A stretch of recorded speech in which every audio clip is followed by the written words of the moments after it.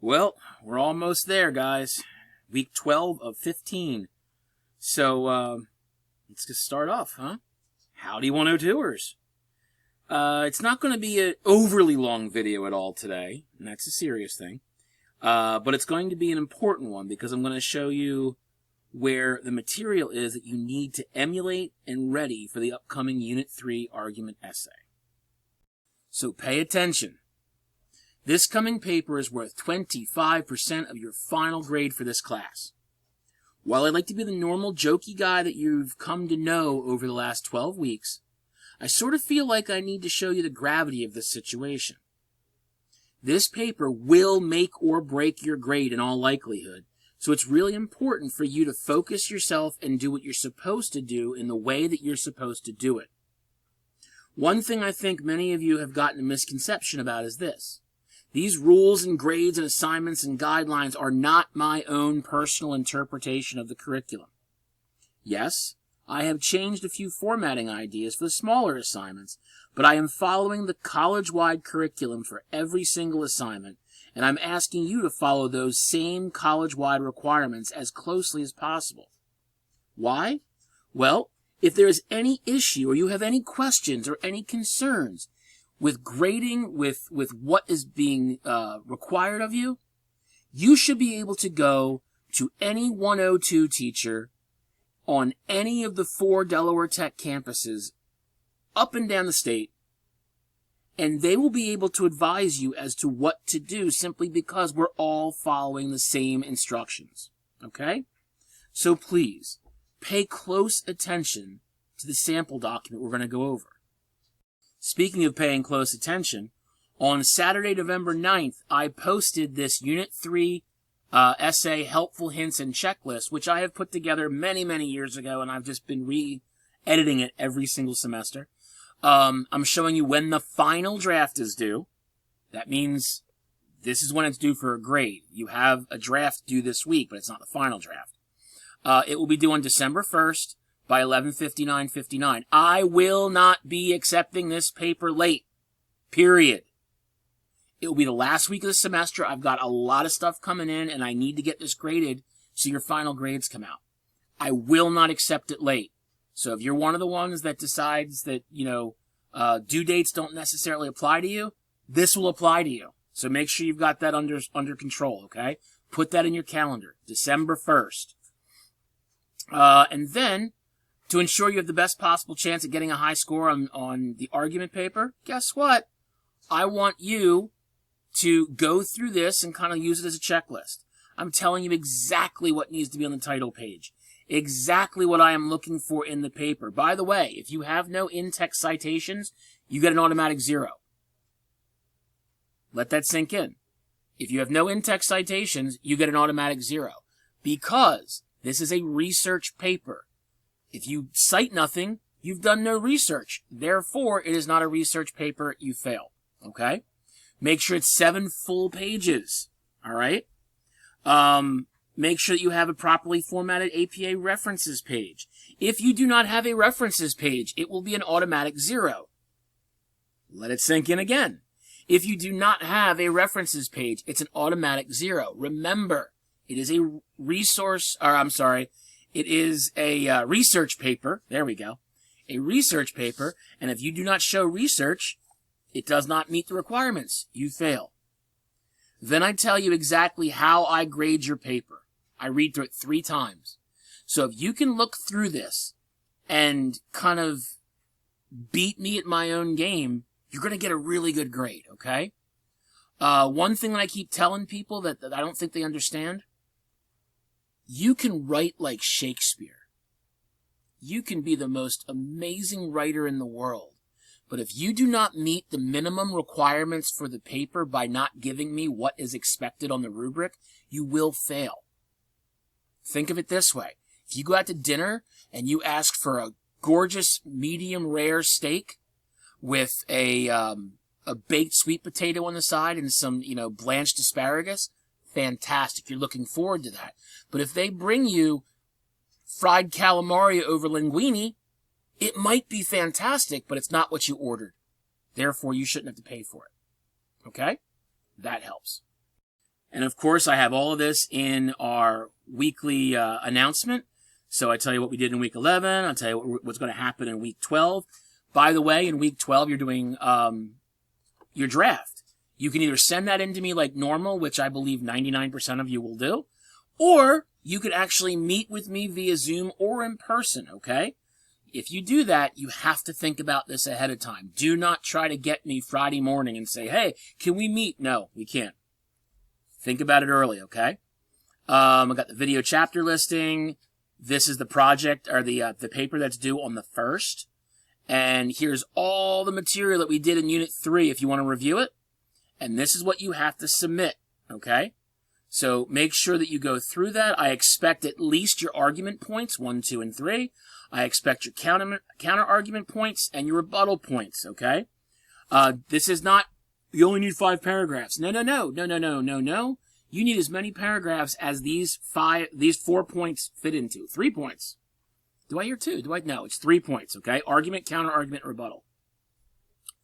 Now, this should be the full argument, the full counter argument, and the full rebuttal. And honestly, I would really expect it to be roughly about 5 pages or more if you write it correctly, okay? If you want to meet with me via Zoom, you have to email me early in the week to find a time that's going to fit, okay? It's got to fit around my schedule and your schedule. So, get in there, and of course, I have attached the sample document to the bottom, okay? Now that I've said all that, let's look at the masterclass schedule just to prove my point. We click on that, we scroll all the way down to week 12. There we go. You can see that we're reviewing the Unit 3 resources. I had them all listed out. You're scheduling a drafting conference if you need to, if you want to. You are not required to. It's not a bad idea, but if you do not want to meet with me, you do not have to meet with me. But the thing that you're going to be doing here is the Unit 3 progress checkpoint. So what is that? So clicking on that will take us right here. And the Unit 3 checkpoint will be you submitting the material that you have so that I can review and give you feedback on the most important points of the paper to the submission in 2 weeks. Basically, I will be looking at your side of the argument, encompassing a minimum of 3 argument points developed using the CSET schema, where you utilize multiple sources that have been approved. Your counter argument, which should also be formatted using CSET, showing me a minimum of 2 counter argument points utilizing multiple approved sources. And your rebuttal, again, CSET, multiple sources, probably 2 paragraphs or 1 great big amazing paragraph. Now these last 2 points, the counter argument and the rebuttal, they were both done in the discussion board for week 11. So if you did that and you did that well, that part's already done. If you listened to me a few weeks ago and worked on your counter or your argument points, that part's already done. So this week is really you taking what you've already done in 1 week, you taking what you did in the next week, and kind of polishing them up to show me. It really shouldn't be a stress-filled week. It should just kind of be let's get this stuff together. In any case, I will be looking at all this for detail. I'll be looking for source material. I will be looking for cohesion, the way each section seamlessly flows into the next. I will be looking for the supporting ideas which build up and tear down the thesis statement and topic sentences. All of this is important in the development section. Honestly, if you're going to ask me how long this should be, I would say that your entire development section should be as long as it needs to be. I realize that is not very helpful. So, if you asked me how many pages, I would say probably around 5 pages. How many paragraphs? I would say at least, 7. You've got your 3 argument paragraphs at minimum. You've got your 2 counter argument paragraphs, that's up to 5. And you've got your 2 rebuttal paragraphs, that's 7. If you're underneath that, you got to figure out where that is, okay? If you had listened to me over the last few weeks and done a little at a time, you're in fantastic shape and not stressed in the least. If you skipped these videos or just said to yourself, hey, nothing's due, I'm just going to catch up at the end, then you're probably bad-mouthing me right now and pulling your hair out. Not my fault. So, very quickly, let's take a look at what you need to do with the development, And then next week, you should focus on the introduction, background, and conclusion. This week, well, this is what you should really be ready for, okay? I'm telling you right now, the minimum of 3 argument points using a CSET approach, the minimum of 2 counter-argument points, usually in 2 different paragraphs, and the minimum of 2 rebuttal points, usually in 1 really good paragraph or 2 smaller paragraphs. All that material should be ready for me to look at, okay? Then you can either choose one of 2 ways to do this. You can either conference with me, where we are live in person. You can either be in my office or we can Zoom, whichever one works for you. But you must schedule these conferences with me. You can't just pop in. No conferences will be held after 3 p.m. on Friday, which is the 15th of November, because we all have things to do on the weekend, and I'm not going to be tethered to the computer, okay? But if meeting with me and talking with me is not high on your list of priorities, that's fine. I'm not offended. You can actually just submit your material as you've done all semester. Type it up, submit it, don't even worry about it. I'll take a look at it and get you all feedback stuff, okay? So that's what you have to do for this. So, take care of this. Again, Zooming is not a bad idea. If you would like to meet with me over Zoom, I'm only too happy to do that. In order to meet with me, first, finish your draft. Second, email me early in the week, Monday, Tuesday, and then we will discuss an appropriate time to meet up. I understand that because you are taking this class as an online asynchronous class, a lot of you probably work during the day. If we can fit it in during lunch or one of your break periods, that's great. If I have to do it early in the evening some night, all right, I can do that. I can't do this for everybody, but if you want to meet and it's like 5 o'clock, okay, maybe we can Zoom on that. Unfortunately, if it's in person, it's got to be during the day. But you just have to show up on time. It shouldn't take more than 10 or 15 minutes. So, there you go. This is the sample document and directions document that I've given you over the past few weeks. Your first job is to reread through these instructions. Okay? Look at the requirements. The final paper must be 7 to 8 pages. I'm looking for at least 4 full pages for your draft. You're going to need a minimum of 7 sources to work with. 2 in Unit 1, 2 in Unit 2, 3 for Unit 3. It's got to be APA formatted. Not MLA, not Tiburon, not Chicago. It's got to be APA, all right? 12-point Times New Roman, Calibri, nothing bigger. It's got to be 1-inch margins all around. Don't think for a second you can slide in 1.25 or 1.5 to artificially inflate the paper's length. I know these tricks. I've been doing this for a while, okay? And by the way, somebody said once that if you make all the periods like 32-point font, that increases your page length by a page. No, it doesn't. It just looks really stupid, okay? So don't do that. Follow the CSET resources.